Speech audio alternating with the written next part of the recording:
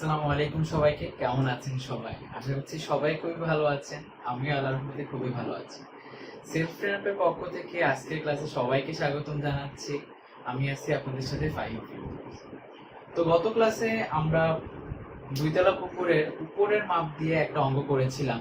আজকে আমরা তলদেশের মাপ দিয়ে আছে এমন একটা অঙ্ক করে আপনাদের দেখাবো, যাতে সব ক্লিয়ার হয়ে যায়। এই পুকুর সম্বন্ধে যত প্রশ্ন দিয়ে আপনাদের মনে আছে, আপনারা কমেন্ট বক্সে অবশ্যই আমাকে জানাবেন, আমি অবশ্যই রিপ্লাই করবো ইনশাল্লাহ।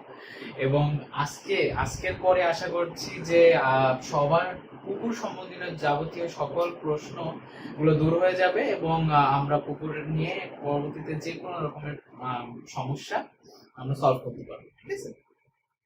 তো আমি আমাদের বই থেকে একটা প্রশ্ন তুলে ফেলছি বোর্ডে, যেখানে আমাদের তলদেশের দৈর্ঘ্য প্রস্থের মাপ দেওয়া আছে হচ্ছে 60/40 এবং এখানে দুই পাশের এক্সট্রা যে জায়গাটুকু সেটা দেওয়া আছে হচ্ছে 3 মিটার এবং উপরের গভীরতাটা হচ্ছে 2 মিটার এবং নিচের গভীরতা হচ্ছে 3 মিটার। আর এখানে একটু ডিফারেন্ট আছে এর আগের দিনের তুলনায়। নিচের যে পুকুরটা সেটার ঢাল হচ্ছে 1:5 এবং উপরে যে পুকুরটা সেটার ঢাল হচ্ছে 2:1 সরি। ওকে, তো সব কিছুই ঠিকঠাক আছে। এখন শুধু যেহেতু আমাদের নিচের তলদেশের মাপটা আমরা জানি, সুতরাং আমাদেরকে আস্তে আস্তে একটার পর একটা এইভাবে ধাপ ওয়াইজ উপরে উঠতে হবে, তাই না? তো আমরা যদি এখন যেহেতু নিচেরটার মাপ আমরা জানি, তো আমরা নিচের পুকুরটাকে 1 নাম্বার পুকুর ধরে নিব এবং উপরের পুকুরটাকে আমরা 2 নাম্বার পুকুর ধরে নিব।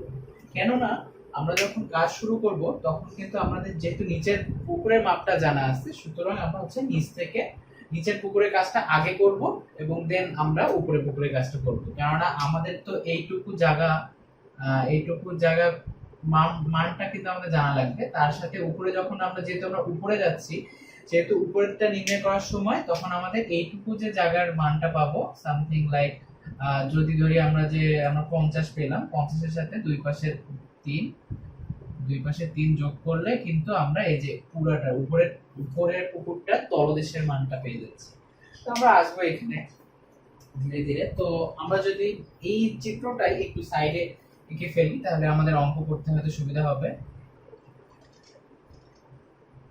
ওকে, ছোট্ট করে একটু যদি সাইডে এঁকে ফেলি তাহলে সেটাই ভালো হবে।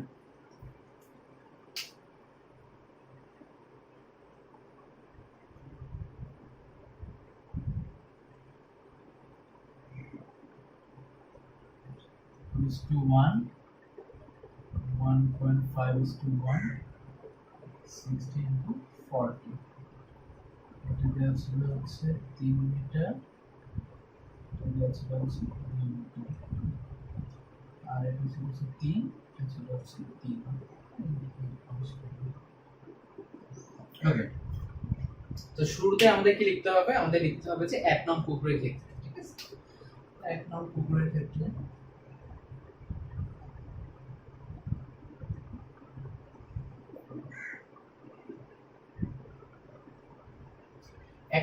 ক্ষেত্রে আমাদের কি কি পাচ্ছি? আমাদের এখানে তলদেশের দৈর্ঘ্য এবং প্রস্থ আমাদের জানা আছে, তো আমরা সেটাই লিখব যে তলদেশের দৈর্ঘ্য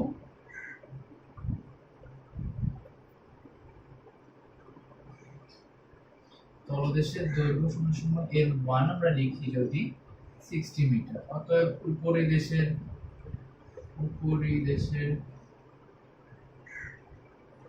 দৈর্ঘ্য ইকুয়াল টু L1 প্লাস হচ্ছে 2SD। তলদেশে জানা থাকলে উপরের দেশে যেতে গেলে আমরা বলছিলাম যে দুই পাশের যে SD পরিমাণ জায়গাটুকু আছে সেটা যোগ করে দিতে হবে। তো আমরা এখানে সেই কাজটাই করলাম। 60 প্লাস হচ্ছে 2 ইনটু, আমরা ডাটাটা আমাদের লেখা দরকার ছিল, ডাটা আমরা যদি একটু সাইডে লিখে ফেলি তো হচ্ছে is equal to 1.5 এবং d equal to হচ্ছে 3, তাই না? তো 1.5 ইনটু হচ্ছে 3, তাহলে আমাদের মান কত আসছে? 60 প্লাস হচ্ছে 2 গুণ 2.5, তাহলে হচ্ছে 3 গুণ 3, তা 9 হচ্ছে, তাহলে 69 আসছে, 69 মিটার। ঠিক এভাবে আমাদের দৈর্ঘ্য প্রস্থটা আমরা জানি, তো প্রস্থটা আমরা যদি লিখে ফেলি, তলদেশের প্রস্থ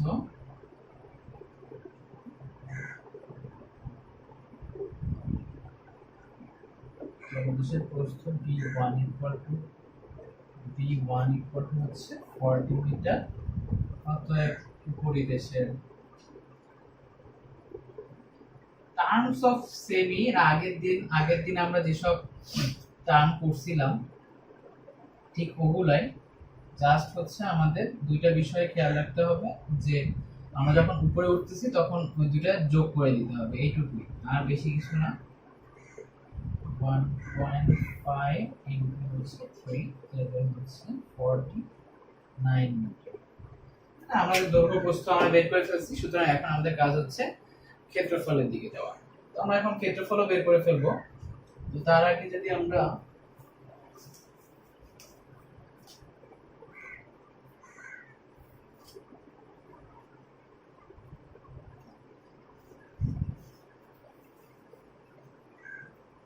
তলদেশের দৈর্ঘ্য প্রস্থ আমাদের বের হয়ে গেল, এখন তলদেশের এবং উপরের দেশে আমরা ক্ষেত্রফল বের করব।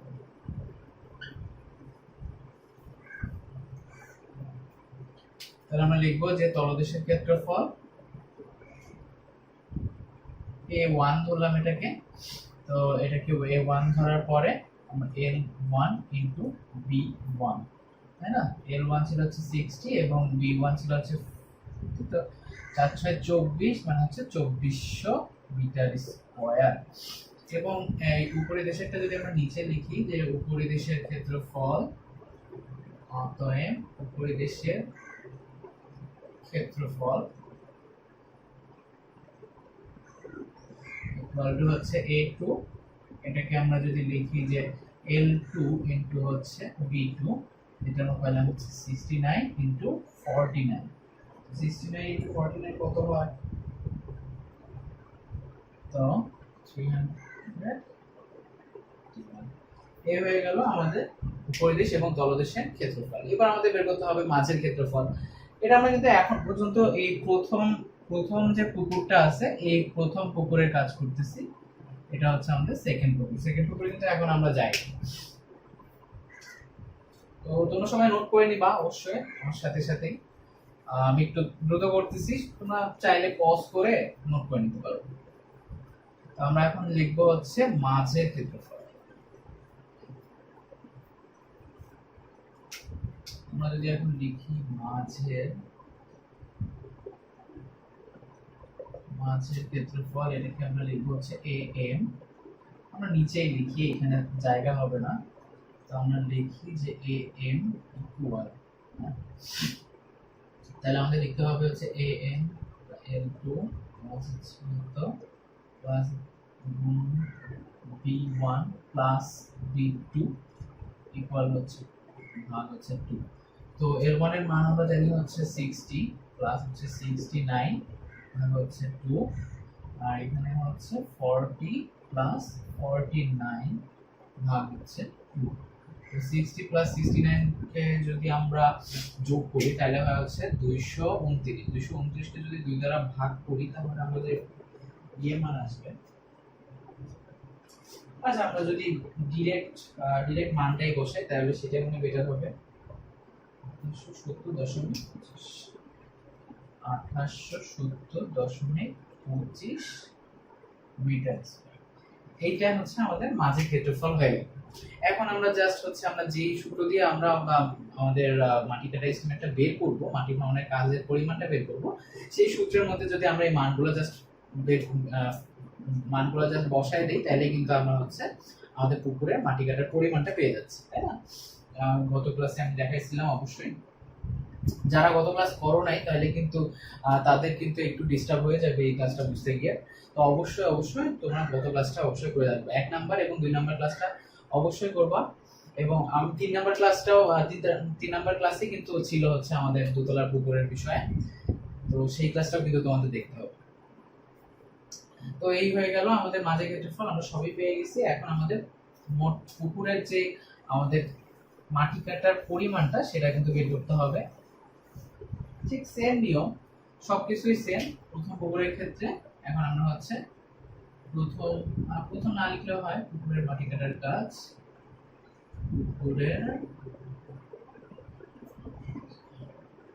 মাটি আপনার কাজ, কাজের পরিমাণ লিখতে পারো, এটা আমরা D1 দিতে পারি, এবং এই যে এটা আছে সেটাকে আমরা D1 ধরতে পারি। ঠিক আছে, যেহেতু আমাদের পরে আরেকটা পুকুর আছে সেহেতু আমরা যদি এটাকে 1 ধরি কোনো সমস্যা হবে না। তো 6 এখানে আসো A1 প্লাস A2 প্লাস হচ্ছে A4AM 4AM, এবং ওইটাকে আমরা M1 ও ধরতে পারি, M1 ধরলেও সমস্যা নাই, এবং আরো ভালো হয় কারণ এটা যেহেতু প্রথম পুকুরের আমাদের মাঝের ক্ষেত্রফল, M1 ধরা যায়। তো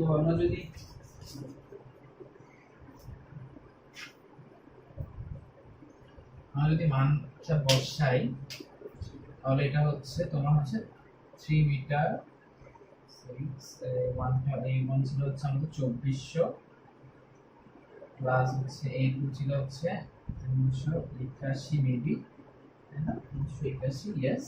এন্ড এখানে ছিল হচ্ছে 4 গুণন আমাদের 2800 কত 870.25।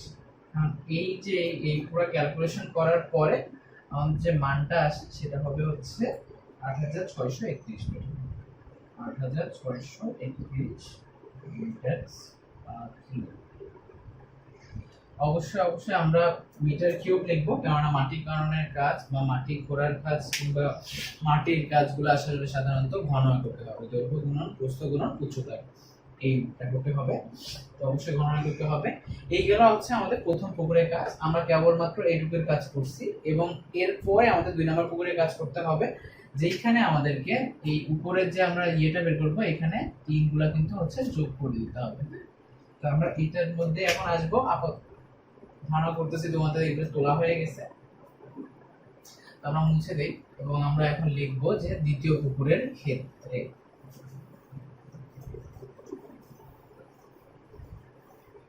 ওকে, ডাটা দুইটা আমাদের লাগবে এখন। তো দ্বিতীয় পুকুরের ক্ষেত্রে দেখো, দ্বিতীয় পুকুরের ক্ষেত্রে 2 নম্বর পুকুর, তো 2 নম্বর পুকুরের ক্ষেত্রে S ইকুয়াল টু হচ্ছে আমাদের 2 এবং D2 যদি আমরা লিখি তো আমাদের এটা হচ্ছে D2 হচ্ছে 2 মিটার। ঠিক আছে, তো এখন প্রথমে আসো, এটা আমরা নিচের পুকুর থেকে আমরা এই মানটা উপরিতলের মানটা কত পাইছিলাম, উপরিতলের মানটা পাইছিলাম হচ্ছে আমাদের দৈর্ঘ্য পাইছিলাম হচ্ছে 69 মিটার এবং প্রস্থ পাইছিলাম হচ্ছে 49 মিটার, তাই।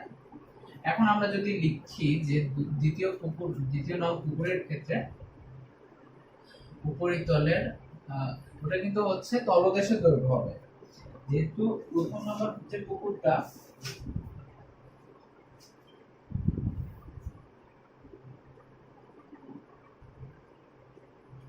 দ্বিতীয় নং পুকুরের প্রথম নং পুকুরের যে উপরিদেশ ওটা দ্বিতীয় নং পুকুরের তলদেশ, যেহেতু এই যে এই পুকুরটার এটা কিন্তু তলদেশ এবং এটা হচ্ছে উপরিদেশ, এটা হচ্ছে উপরিদেশ, এটা হচ্ছে তলদেশ, তাই না?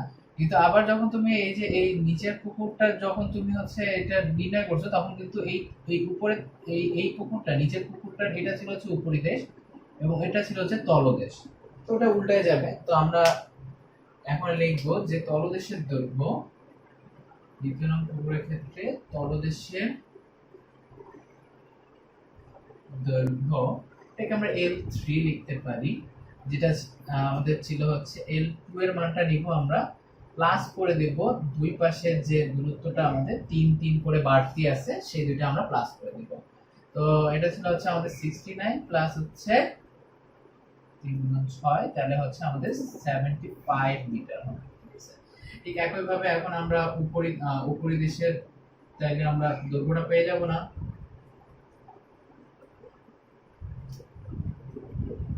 উপরিদেশের দৈর্ঘ্য হচ্ছে আমাদের L3 প্লাস হচ্ছে 2SD, নিচ থেকে উপরে গেলে অবশ্যই আমাদের যোগ করতে হবে, প্লাস হচ্ছে 2 * 2 * 2, যেহেতু সবই 2 * 2 3 গুণ 4 8, হ্যাঁ 8, তো হচ্ছে এখানে তাহলে হচ্ছে 83 মিটার হবে। তো ঠিক একইভাবে আমাদেরকে প্রস্থটাও এইভাবে বের করতে হবে, প্রস্থটার ক্ষেত্রেও তখন হয়ে যাবে হচ্ছে আমাদের প্রস্থটার ক্ষেত্রে জাস্ট আমরা হচ্ছে